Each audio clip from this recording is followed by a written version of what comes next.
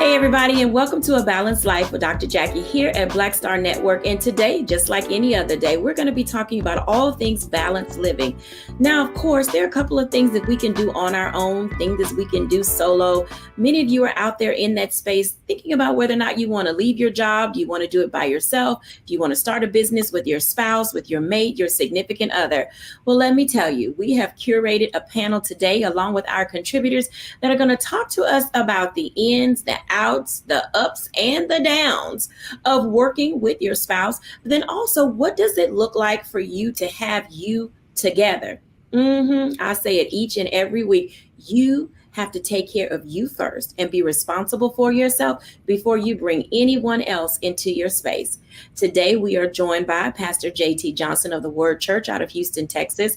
We're going to have some special time with two of our guests, the doctors, Bishop Jennifer and Aaron, that are out of Columbia, South Carolina. We're also joined today by Dr. Tierney, our Level Up coach, and of course, Stacey Owens, who is the owner, founder, creator of Creating Z School of the Art and Technology. No matter where you find yourself in the space in which you live, we've got something to you. I'm going to welcome everybody in. Hey, y'all. Hey. Ooh, I am so glad that we are here today to talk about all things balanced living, but also some of the things that relate to what makes you who you are. Now, I think that each of us can say that we have been in that space where we tried to figure out not only what makes us tick, or be ticking time bombs, and also what makes the people around us tick and how to keep them from ticking time bombs. So I want to start with Stacey for a moment. If she can give us a few tips about what makes Stacey Stacey and how do you stay away from those landmines when you're working with other people. Hey, Stacey. Hey. I'm starting with you first. Wow, what makes me Stacey, or what makes Stacey Stacey? Just being myself and being true to myself is what makes me who I am. I found in this entrepreneur world that once I stepped out and started opening a couple of schools, I was in a space where I didn't have a lot of people around me who understood the same space. Like, it wasn't a lot of people in my family who were entrepreneurs or my friends. They were principal of schools, but they never founded a school. So I found that I was in a territory that no one could really mentor me through. So I had to really do some self-searching within to find out who and what I believed in, what principles I wanted to stand on. Standing on truth is one of the main principles that I wanted to stand on, and making sure that I served the population of disenfranchised. That was something I wanted to stand on, because once I made those decisions and decided, who I was I found that it was very important, because as people started surrounding themselves with me, they would try to take you in their direction, or they would tell me how, all the things that I shouldn't do. And if I wouldn't have already decided on who I was, what I stood for, then I would have been in a mess trying to navigate through all the things that people wanted me to be. And so I think Stacey is just me, someone who wants to bring light and love into others. So tell me this, Stacey, what keeps you from becoming a ticking time bomb? I am a ticking time bomb. Oh, hey. I can be a ticking time bomb, but I think awareness keeps me there, because I also, I found it interesting that God did a lot with me as I started this process in terms of my character. So I used to explode really quickly if I felt like you were attacking me, or I stayed in a posture of defeat, or not defeat, but defense. And so I had to learn that I didn't have to fight everything. I didn't have to, argue about everything. I just needed to know what it was that I wanted to do, so that when folks started coming at me, I knew what to stand on, but I also knew when I needed to listen and be open and learn from the wonderful people that he placed in my life to teach those hard character lessons. So I had to find a balance in between the two, so that I wouldn't kill my own dreams, by getting in my own way. So I think, I keep my bomb very protected and sheltered now, because, to be true, you can learn how to be different. You can flush a lot of things, but it can be some of those things that's still in you. But if you are aware that it's there, now you can control it. So now it's all about being aware of who you are so that you can control those things that need to be controlled. That makes perfectly good sense because oftentimes people aren't aware of who they are, nor are they aware of how they present themselves in the space in which they occupy. So I want to come to Dr. Tierney next because I think that in the work that she does with being able to level up, we sometimes don't know. Oh man, this is a little touchy. So I know we're gonna get a few text messages, a few calls, a few at yous and whatnot. But oftentimes we don't know how we present ourselves when we're in the company of others. Dr. Tierney, talk to us a little bit about that. Who is Dr. Tierney and what makes her tick? But then also, how do we help or you help other people identify what makes them tick or be their best self? Absolutely. So Dr. Tierney is somebody that is always on a plane of self-discovery. I don't get to this place where, oh, just because I'm of a certain age, then that's just how I am. I discover something new about myself almost every day. Little things pop out and be like, oh, girl, I didn't know that was in there. I often say that people often get their due in front of their who. We're so focused on what we want to do and what all we want to accomplish in this life that we're not really looking at ourselves. When we were kids, we're asked the question, what do you want to be when you grow up? But that's really a due question. I want to be a firefighter. I want to be a majorette. I want to be a doctor. It's what do you want to do? And we weren't really guided to look at who we are. What are the gifts, the talents, the skills, the quirks, all of the things that are within us. Something else that we often do is that we will label ourselves as good or bad. If it doesn't fit into a certain arena, then we'll say that whatever that characteristic is, it's bad or it's good. When really who you are, it's neither good or bad. It's what you do with it. I tell people all the time, well, Dr. Tierney can be real selfish. Selfish, absolutely. But that selfishness is the thing that helps me to really hone in on that self-care. Like I can self-care like nobody can self-care, but it's where I have to be, like Stacey said, I have to be aware of that I have a tendency to be selfish. So I have to make sure that I'm not doing the wrong thing with that selfishness isn't going in the wrong direction to where now it's turning into greed and all of that. This is where boundaries come in. When I know and I'm self-aware of who I am and what my tendencies are, not that I'm labeling it as good or bad. I just know how who I am, if perverted and used in the wrong way, it can then turn into something bad. So I exercise those boundaries. I tell myself, you know what, we're not going to engage in these type of conversations. We're not going to put ourselves in these type of situations so that I can make sure that I'm staying the course and staying right where I want to be. Now, when we're talking about me guiding my clients into this work, a lot of times we can tell who we are just by listening to the things that we're hearing on repeat from those people around us that we trust. Okay. If 5 people tell you that you can be real slick with your mouth, then you might want to listen to what them 5 people are saying. Everybody is not wrong in what they're saying. You are the common denominator in these 5 different relationships or these 5 different interactions or whatever it is, So you have to take into account some of the things that the people around you are saying to you can help you to point and pinpoint what it is when we're talking about who you are and those characteristics. And again, not that it's good, not that it's bad, not that we're putting any labels on it. We have to first understand it and then decide how are we to use this thing, because we can use that for good or we can use it for bad. I think that's well stated because in the world in which we live in, oftentimes people judge us at first sight and they don't take an opportunity to get to know who we are. So we don't have this ability to really balance. We're sort of teetering between what people believe we should be or can be and then who we were created to be. I want to invite Pastor JT in to talk about that for just a moment because sometimes we don't look like what we were created to be. Pastor JT, how do we balance the world's perception of us and what God has intended for us? Wow, that's a good question. I think the answer is who are you seeking approval from? Because if you are seeking approval from the world, you're going to lean towards how the world wants you to be perceived. If you're okay with being the master's child and operating in the power that he has given you and tapping into that God-like characteristic that was given to us on the day that he created us. He created us in his image and his likeness. Then that's what you're going to veer to. And so then I would just have to ask, if the original intent was for you to be created in the image and likeness of God, why would you ask for the opinion of the world, who actually the next scripture said that you were given authority over? So you have to literally ask yourself and come to terms with, do I want to be who God wants me to be, or am I seeking approval from people who may not even want to be themselves?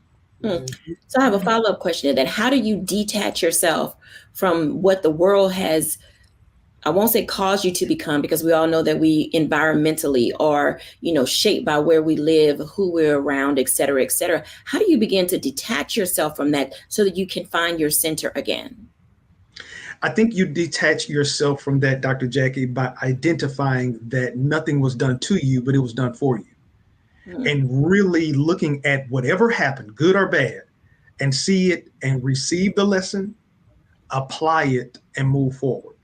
Because you use the word detach. So the opposite of detach is attached. So I have to ask myself, is this thing that either I am attached to or I am allowing to be attached to me, is it getting me closer to where I'm trying to get to? Is it getting me closer to fulfilling my God-given destiny, or is it holding me back? And when I get that answer, now the responsibility is on me. It's not on anybody else. The responsibility on me is now to make the decision. Am I comfortable with dying in this space, only living to be half of what I was created to be, or releasing this and becoming all that God thought about when he said, let him or let her be? I love that. And that is so well said. When we come back after the break, we're going to have some one-on-one time with Doctors Jennifer and Aaron Bishop.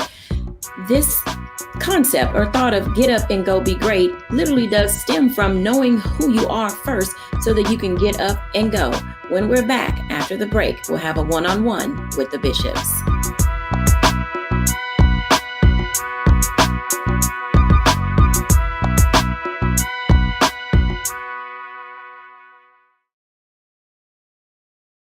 Folks, Black Star Network is here. Hold no punches. I'm real revolutionary right now. Support this man, Black Media. He makes sure that our stories are told. Thank you for being the voice of Black America, Roland. Stay black. I love y'all. All momentum we have now, we have to keep this going. The video looks phenomenal. See, this difference between Black Star Network and Black-owned media and something like CNN. You can't be Black-owned media and be scared. It's time to be smart. Bring your eyeballs home. You dig?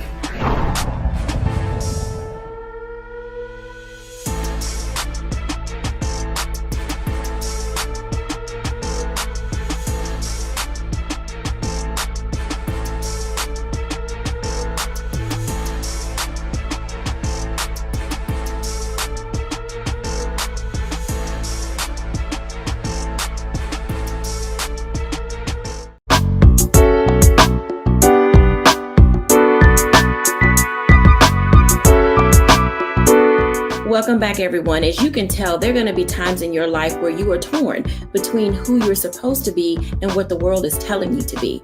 And oftentimes when we think of relationships and dating, getting married, or, having a significant other in our lives, it can be a chore and a task to have that right person come into your space. Then add that on to working with the person who you've chosen to be in your space. Hey, Bishops. Hello, how are you? I am good. I am so excited that you are here to talk to us. Number one, tell our audience who you are and what you do. And then let's get into this get up and go be great, because I know there's some days I don't want to do either. Listen, Dr. Jacquie, you are so on. And so I'm Dr. Jennifer Bishop, and this is my husband. And college sweetheart. Yes. Dr. Aaron Bishop. Absolutely. And so we attended Savannah State University.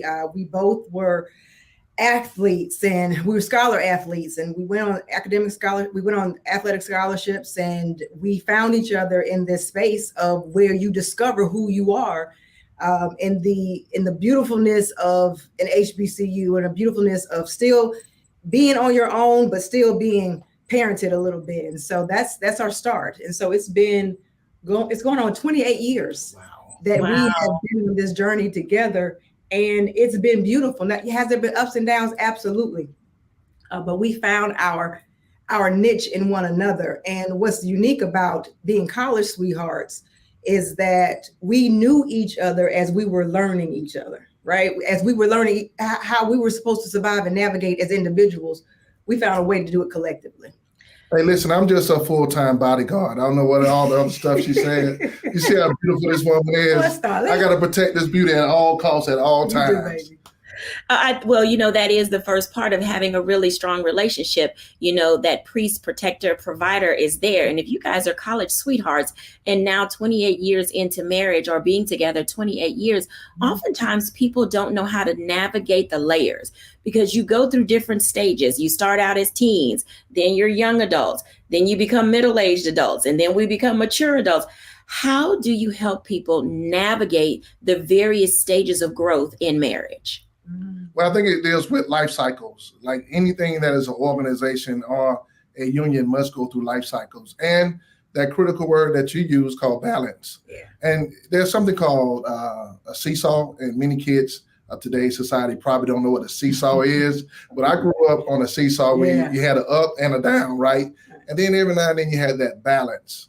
And the reason why I was balanced is not because of the up and down, but of the fulcrum point, which is the thing that is right in the middle of it that says you are equal or you are balanced. Yeah. And that maybe people don't believe in neutrality, but the ebb and flow of life is about leading with value. And her strengths are my weaknesses and my strengths are her weaknesses. And we just have that equally yoked opportunity to be business partners, to be best friends. And most of all, I think we're co-laborers in the yard to give spiritual advice and life skills. Yeah, we found a way of making sure that, in the course of our life, as we were growing up, as we were growing into each other and we were growing individually, that there were going to be things that happened along the way that happened to us, and it may have happened because of each other, but we learned the art of forgiveness, not only of forgiving one another, but forgiving ourselves. And we also learned how to love ourselves so that we can love each other. I could not teach him how to love me if I didn't understand the concept and process of loving who Jennifer was at that stage. And so when he said life cycles is important because who Jennifer was the day she got married is not the same woman that Jennifer is sitting before you today. And the same with my husband. And so we give each other the grace and mercy to be able to grow and respect the growth.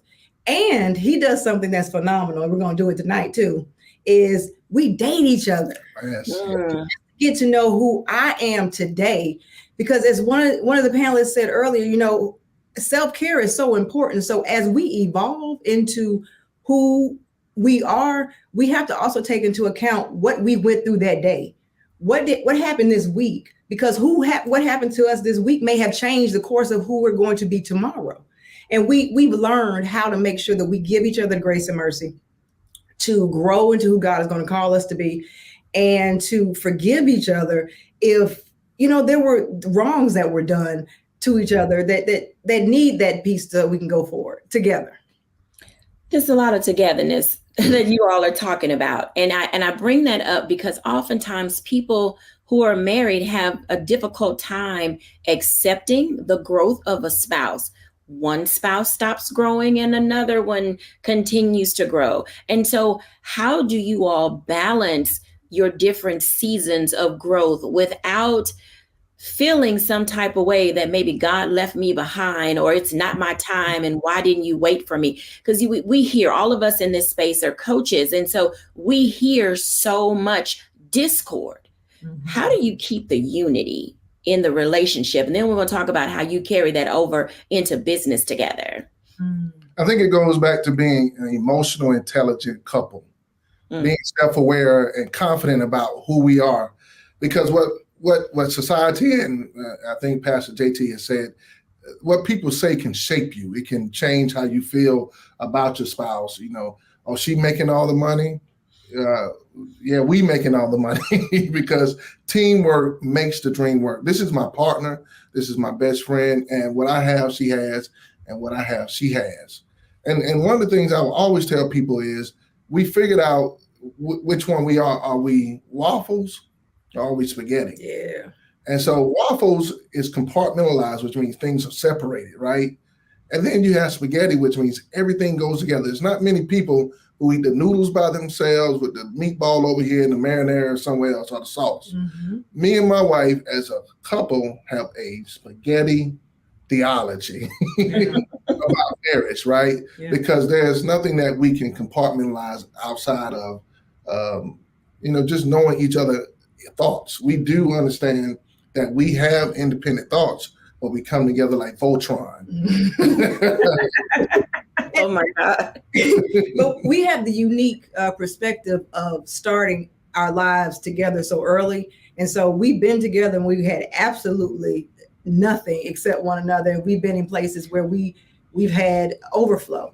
And during the course of that, we made a vow to one another that it did not matter for us. Now you have to find out what works for you in your relationship and the dynamics of the personalities in their relationship.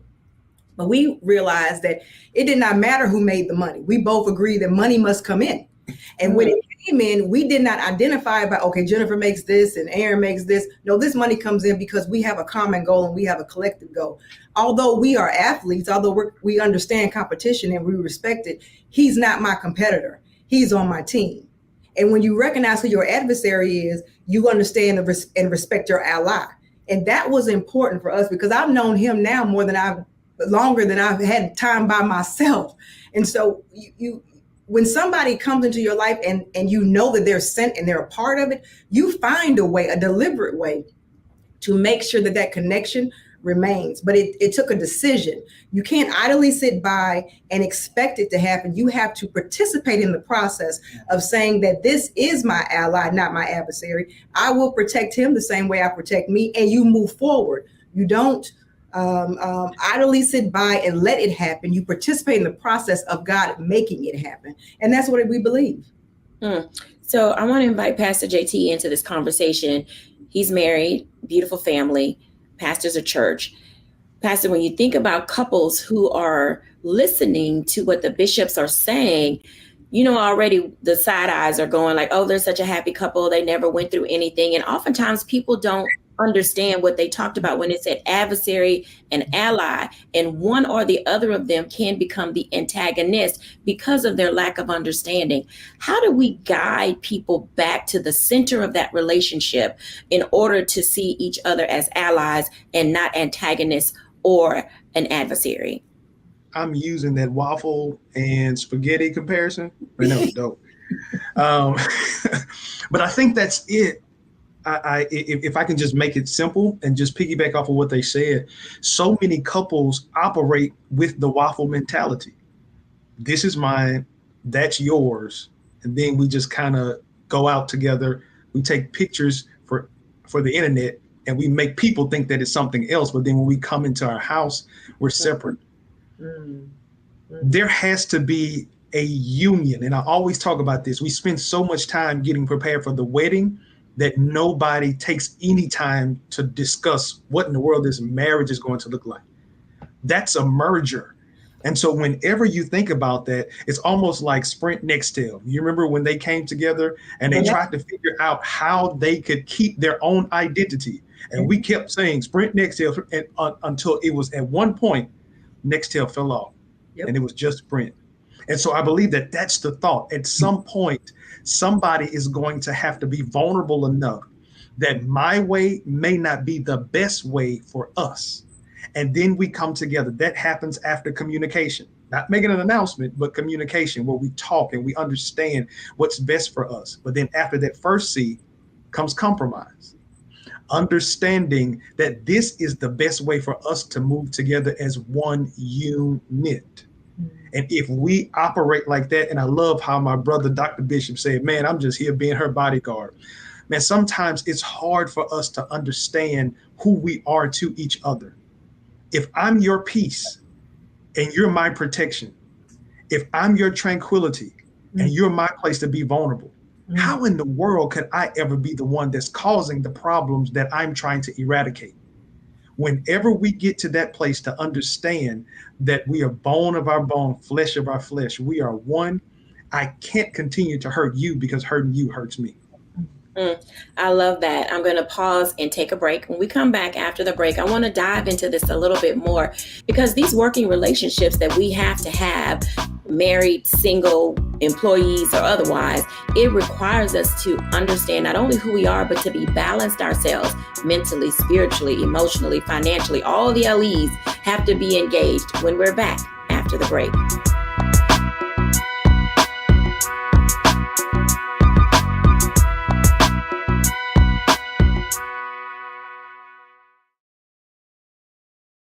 Don't you think it's time to get wealthy? I'm Deborah Owens, America's Wealth Coach, and my new show on the Black Star Network focuses on the things your financial advisor or bank isn't telling you. So watch Get Wealthy on the Black Star Network.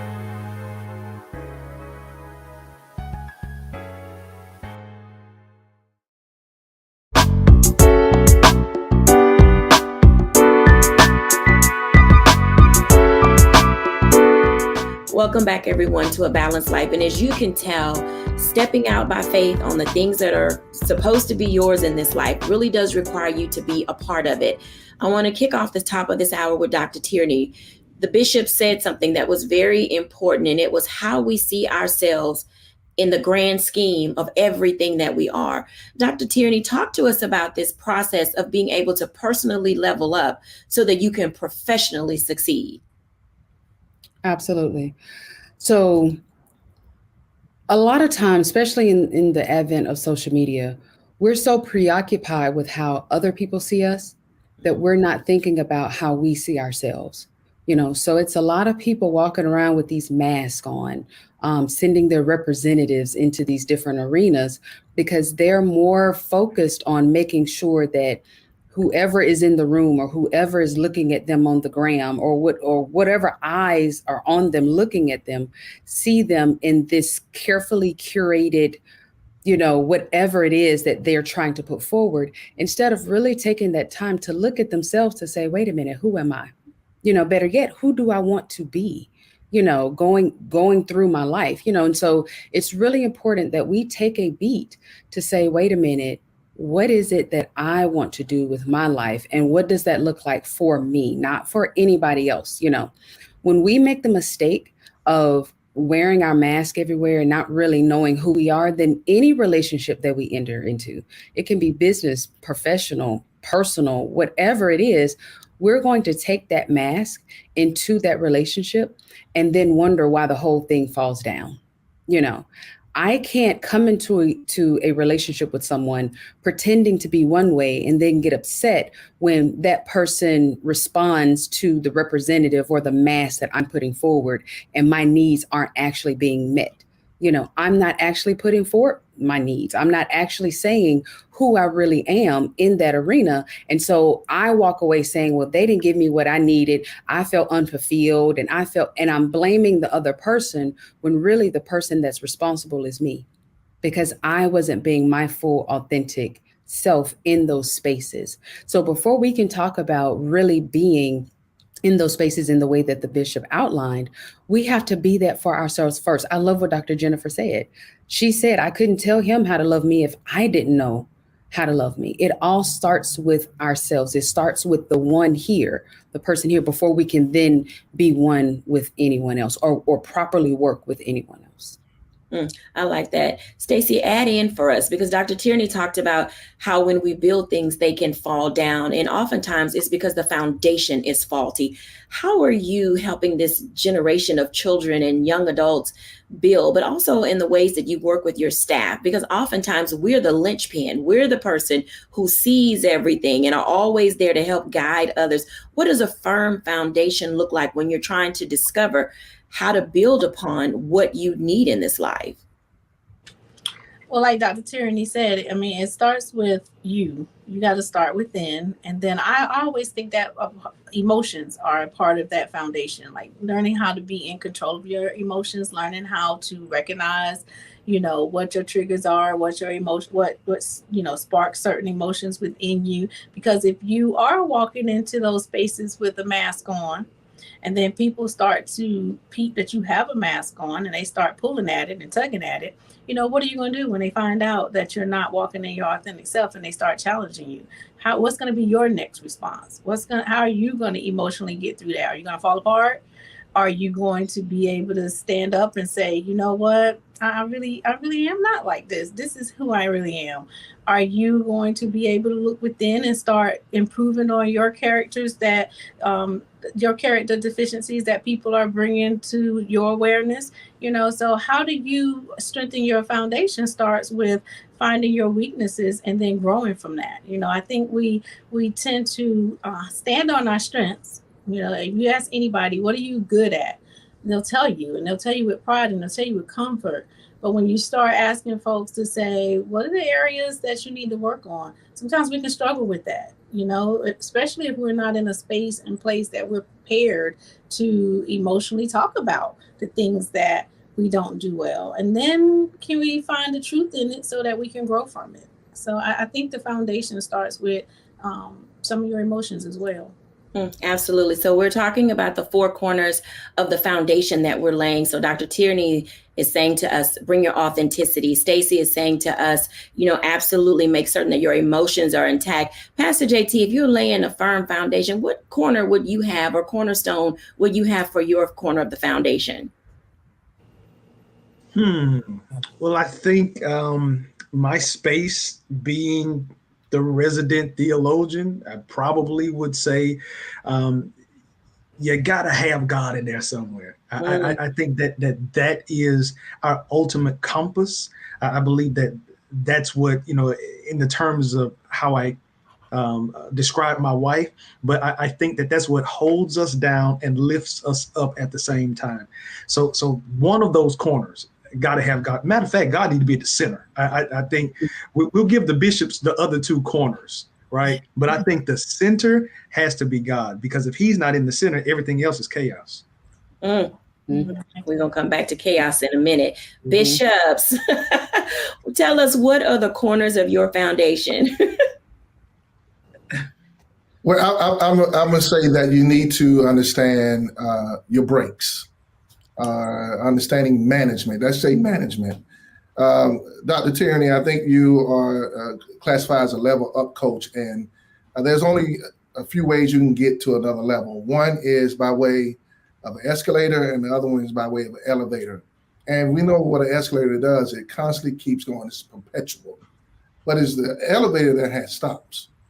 And I have to know when are my moments that I need to just stop and assess where I am. But what if I told you there's a third way, that you got to take the stairway?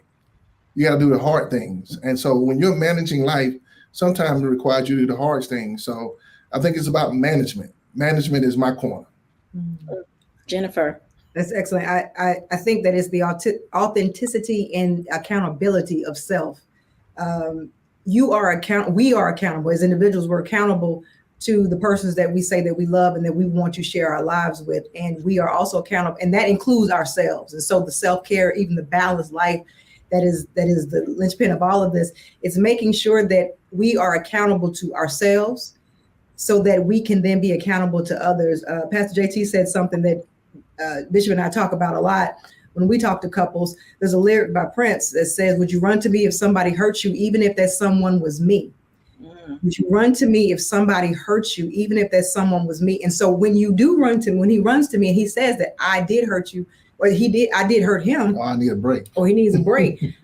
It's not personal, it's preservation. And because I trust him with my life in the same way, I respect the place that there needs to be balance, and there needs to be an availability for me to allow him to go and grow, and for me to do the same thing. Well, I'm not saying I need a break. When I say I need a break, I'm saying we need a break. That too. So I'm talking about we need a vacation. Want that too. Because perpetual motion can cause perpetual problems. That's true. Being an escalator all the time can cause with no shut off, no stop. That's a lot. It could be a dysfunction in a marriage, a relationship, and even a job. You got to have retreats, moments where you say, "Hey, let's have a moment and take a break."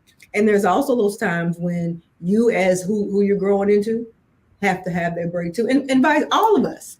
And so it's just about, to me, the accountability of being the person that you said, I think Stacey said this, the person that you said that you were going to be, and letting that person grow and being okay with the growth and forging the relationship forward as they go. So those are important for us. You know, these corners in the center, and whether y'all recognize it or not, y'all actually spell game, G-A-A-M-E. And oftentimes we can be off our game because we are not balanced. We don't have that ability to be authentic or to be accountable. We don't have that ability to keep God in the center or manage the situation because our emotions are off. And those things can really get in the way of who we're in the process of becoming, what it is that we need to do. I want to bring the bishops back for a second. And then our fourth block, we're going to talk about business because everybody wants to be in business. Everybody wants to make their own money. But man, learning how to make your own coin requires a whole nother level of everything. So bishops, let me ask you this question.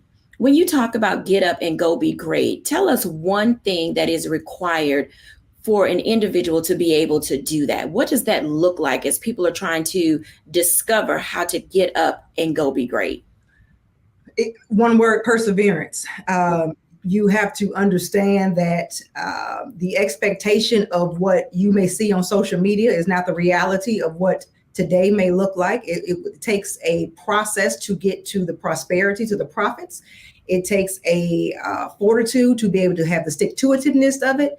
And it takes a resilience to know that while you may have gotten a no, they just didn't know how to spell because that only meant not now. It does not mean stop. It means to continue to persevere and to go for what you need. But you have to have the stick-to-itiveness of the fortitude to be able to go to your next, because it's not as easy as social media makes it look like.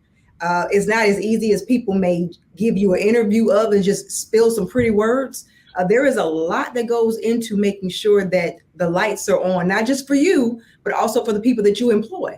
So there's levels to it. And, you know, it is that stairway versus an escalator versus an elevator when you're in the trenches of building a business, sustaining a business, and also growing a business.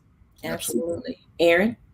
Well, I'll tell you this, if you plan to fail, then fail to plan.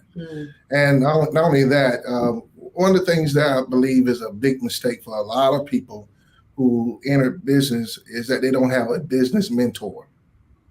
There's some people who have taken this journey way before you have, and they can tell you where the blind spots are. They can tell you where the corners of defeat and dissolve are. And those are the people that will help you have that sustainability, as my wife has stated.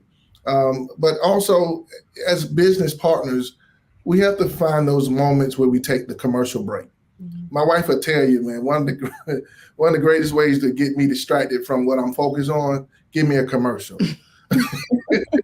They work. I mean, and commercials, you know, they can be very attractive because they got all the right, you know, ketchup in the right spot, the onion hanging off the burger properly, you know. Oh, wait. So it's not just any old commercial. It's a food commercial. I don't know about Let me take a commercial break. When we come back, we're going to talk about these things that are relevant to the distractions that keep us from being focused in business, but also how do you balance the business of your business? Because everybody wants to be out there having a good time, but are you really putting in the work? We'll be back after the break.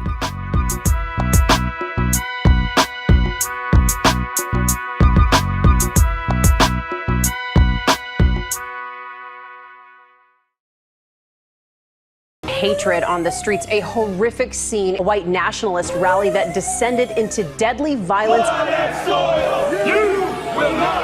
White people are losing their damn minds.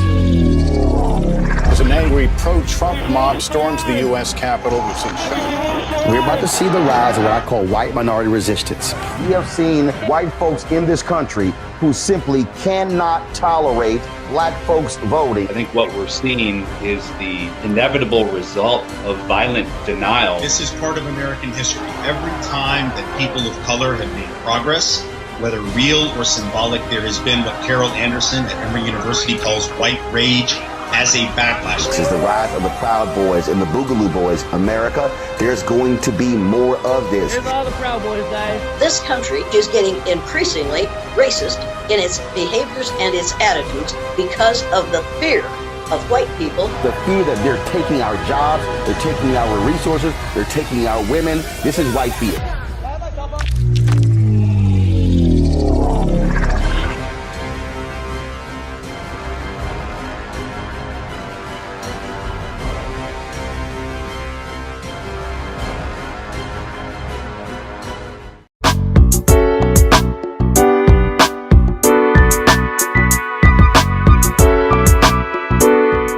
Welcome back, everyone, to A Balanced Life. And I know Aaron Bishop had y'all hungry, talking about the ketchup and the onions falling in the right place and the bun was all soft. You know, when they take it off, the steam rise up from the beef and all that good stuff. Bringing the bishops back along with Dr. Tierney, because I want to talk about this aspect of how do you balance the business of your business? Are people out here really working, or are they just playing games?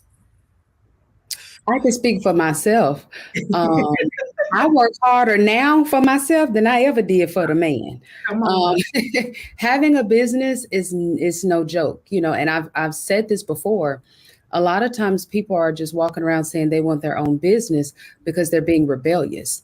You know, they don't want to submit and serve someone else's business and expect God to bless them with their own business. You know, I learned so much at the feet of my friend's business that I was serving in his baking business before I got my own business. I was showing that good stewardship when I was working in higher education and working for the universities that I was working for. There's certain things that I learned along the way when I wasn't even thinking about having a business. I always say I'm the reluctant entrepreneur. I did not set out to have my own business, but I was learning along the way things that I didn't know that I needed, you know. And then once it came apparent, like, oh yeah, girl, you finna have your own business, the first thing I did was get a business coach. So I tell you all the time, I have a life coach, a business coach, and a therapist. She got a team around her, you know, because this entrepreneurship journey, it will pull some emotions out of you that you didn't even know was there, you know. So if you're just looking at having a business just because you want to do what you want to do, sugar, that we need to go back to the drawing board and really look at your why, really examine your why before you jump out here in these entrepreneurship waters, because it will eat you up and you will sink really quick if you're doing it for the wrong reasons. Absolutely. The doctor's bishop. Listen, Dr. Tierney, you hit on something. One thing that I will say to folks when we're talking about entrepreneurship is that the first question you have to ask yourself, is this a hobby or is this going to be a lifestyle that can sustain you? Because there's a difference in the waters that you're going to have to swim in. Either you're going to be in a puddle with a hobby or you're going straight into the Atlantic Ocean. You're going to learn how to navigate those waters, because it's going to take a different type of vessel to maneuver you through it. You can walk through a puddle, but you need a ocean liner to help you in that Atlantic. And so from the coaches to the mentors, one for us, for me, and also a sponsor, because there are going to be people in your life, in your sphere, that can go in rooms that you can't get in yet. And then those are sponsors, and they're going to be mentors who walk with you and talk with you and help you at the table. And so I learned that I needed both of them. I needed the sponsor who can go in places that I may not be able to get into yet, to have my name go in places that they may not have heard of me before. And then mentor at the same time to say, Jennifer, when you get there, this is what it looks like. This is how you operate. And also recognizing that, you know, that old adage that says, if you're the smartest in the room, you're in the wrong room. I survey my room every day, because I know if I am the smartest one in there, that I have outgrown. I'm not only stunting myself and my household, I'm stunting the people around me, because we all have to grow. And if I'm not growing, then that means I'm wilting. And that's when we have to make sure that, you know, that to me kicks off the understanding of is this a hobby where, you know what, it doesn't matter, I'll do it, you know, another day, or no, this is life or death, and I need to make sure I make some moves right now. Absolutely. Aaron? Yeah, so I'm not going to do any analogies about food anymore, because I know I've made too many people hungry. But, you know, this thing called entrepreneurship, or being a businesswoman or a businessman, is not for the faint at heart. If you mess around and jump out here and think you can do this thing like everybody else, you're going to need a defibrillator. You're going to need somebody to resuscitate you real fast, because like my wife's book is called No Opportunity Wasted. There are times we can't waste opportunities. because the lifetime of the opportunity only lasts the opportunity of a lifetime, or the opportunity of a lifetime only lasts the lifetime of opportunity. Sorry about that. But here's what I'll tell you. The now speaks to what Bishop Paul S. Morton said, is no opportunity wasted, right? When we look at entrepreneurship, this thing is a constant work. There's no clock in, no clock out. You got early mornings, late nights, but you got to find time to invest in yourself. That's where the growth happens. Learning from your lessons and investing in yourself so you have a lifetime of opportunities. I want to invite everybody in on this one, because I'm going to ask each of you this question, and then we're going to give our audience a challenge, because it appears that doing business is not just about the product that you have or the service that you give. A lot of it is about the individual and what it is that they have to bring to the table that makes the business sing, hum, run, all the things that make it great. So I'm going to ask Stacey this question. We're going to do the round robin. If we're challenging our audience and we want them to bring along something when it comes to balancing the business of their business, what is it that they need to bring along? I think you should bring along your passion, because if you're really excited and you really are loving what you are doing, then when you find yourself in those moments that are, your downs, you'll have something to lean back on and help you stand back up to keep going, because you're going to fail a lot. I mean, you're going to do a lot of stuff right, but you're going to do a lot of stuff wrong. And if you ever find yourself where you have lost your passion, it's going to get you stuck in those negative thought patterns. So take it with you. Absolutely. Pastor JT. So I'd say discipline. Because if you are an entrepreneur, you the boss. And that's not just enough for you to post on social media, hashtag I'm the boss, hashtag can't nobody tell me nothing, hashtag whoop, hashtag period with a T at the end. You are the boss. And so discipline is what makes you get up when you don't feel like it. Discipline is to what Dr. Aaron Bishop said, man, there is no 9 to 5, that there is no, I'm working Monday through Friday and weekends off. Man, I don't know the last time I was able to be off. But that I know, like the good book said, if I don't work, I don't eat. But even to another point, if I don't work, my house is not taken care of. To another point, if I don't work, my employees aren't paid. So then now I have to take it a step further. Discipline goes further than me listening to a hot clip on YouTube or feeling good for the first 15 minutes of my day. Discipline lets me get punched in the jaw. I wipe off the blood, figure out how can I miss that punch the next time, and I keep on swinging. Because if I give up in this round, not only do I fail, everybody else that's counting on me does too. That makes so much sense. Dr. Tierney. So I'm going to stick with that authenticity. It doesn't matter what business you're in. I don't care if you're selling T-shirts, coaching, popsicles, or whatever it is. We're in the business of relationship building. And so if you're not being authentically you, then you're going to show up in a way that's going to make people kind of like, I don't know if I want to do business with them. They may not know exactly what's off, but you'll find that it's harder to sell T-shirts. It's harder to get those popsicles sold because you're not being authentic. And people, consumers, clients, they can feel that. They can feel that energy when things are just off. So you always want to make sure that you remember that your number one business is in building relationships with your clients, with their consumer base. And in order to do that effectively, then you have to be authentically you. Absolutely. Bishops. One thing that I would say is that you have to bring your audacity. You have to bring the fact that you believe that what you have is uniquely yours and you can own it. You own the good, the bad, and the indifferent, and you grow with it. So you have to have the audacity to know that I was sent here to do this, and that leads to the passion of being able to pursue all that is going to take for you to achieve what is achievable. I have to say faith. I don't mean to step into the warehouse of Pastor JT, but we know that faith is the size of a mustard seed and it can move mountains. And if you want to have a mountain moving experience of getting your business off the ground and getting it to be sustainable, you're going to have faith. Because there are times when you will not know what the end's going to be. but you better run on and see what it's going to be. And don't wait till the battle is over. You got to shout now. You got to go through those moments where you can exhale and inhale the beauty of what God can do in your life, because there are 4 things built upon faith: church, family, school, and a business. And so if you're building a business, it's going to require faith. Professionally, people oftentimes get in their own way, and we're talking about these things that people need to bring along with them in order to be what we consider successful, and not only to live balanced, but also to have a balanced mindset when it comes to business. If we had to tell people some things to just dismiss from their thinking, because, we all bring, as Dr. Tierney says, some stinking thinking to the equation of our lives. I'm going to start with Dr. Tierney, since that's her corner phrase. What is some of the stinking thinking people need to just release as they prepare to keep moving forward in business in 2023? Stop thinking that it's going to look like social media. It's not. It is not going to look like what you see on the gram. First and foremost, you may be comparing your year 1 with somebody's year 5.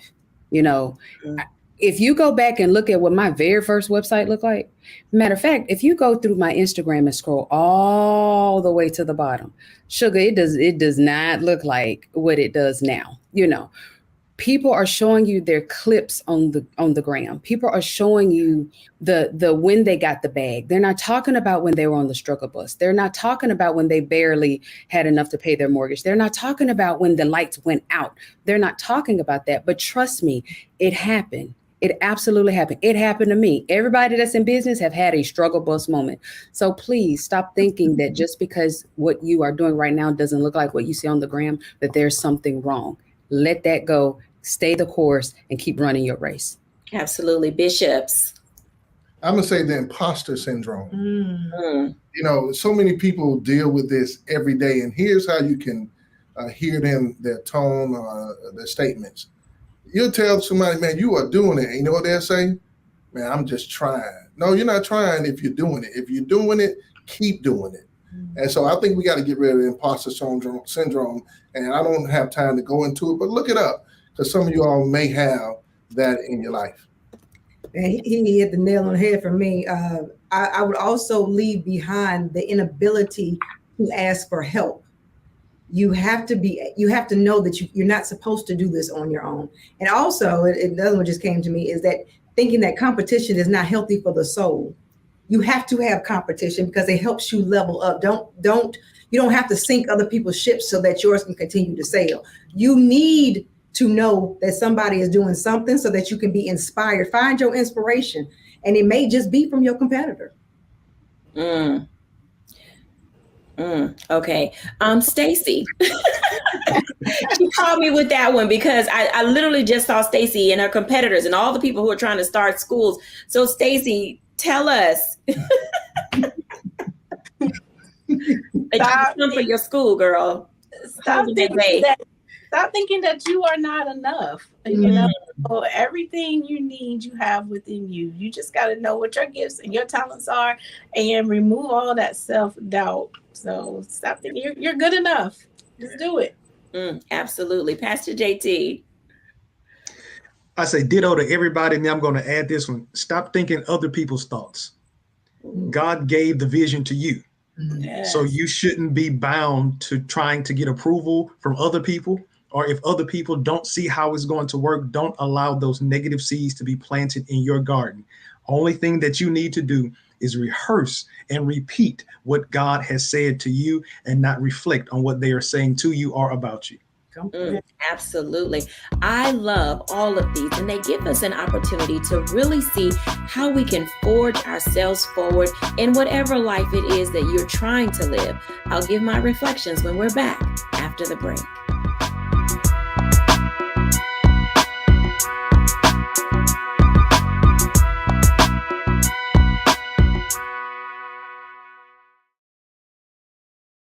When you talk about blackness and what happens in Black culture, we're about covering these things that matter to us, speaking to our issues and concerns. This is a genuine people-powered movement. There's a lot of stuff that we're not getting. You get it, and you spread the word. We wish to plead our own cause too long have others spoken for us. We cannot tell our own story if we can't pay for it. This is about covering us. Invest in Black-owned media. Your dollars matter. We don't have to keep asking them to cover our stuff. So please support us in what we do, folks. We want to hit 2,000 people, $50 this month, raise $100,000. We're behind 100,000, so we want to hit that. Y'all money makes this possible.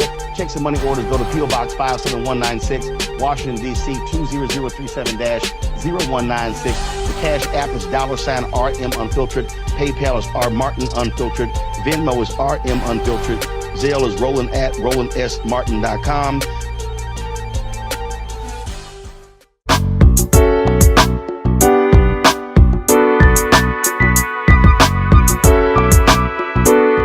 Welcome back, everyone, to A Balanced Life. And as you can tell, discovering your lane and how to stay in it, or expanding to a super express highway as you get up and go be great, as you try to level up, as you're figuring out the course that is for you, it does require you to bring some things to the table, but it also requires you to release yourself from a few other things. And in releasing yourself, you may find that your best is still yet to come.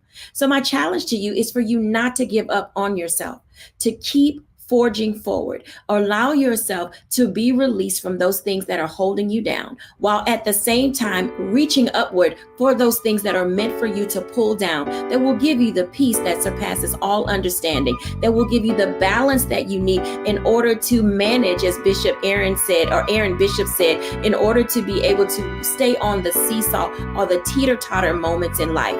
Whatever it is that is meant for you will come, as long as you take off the mask and remain your authentic self. Be well. Bye now.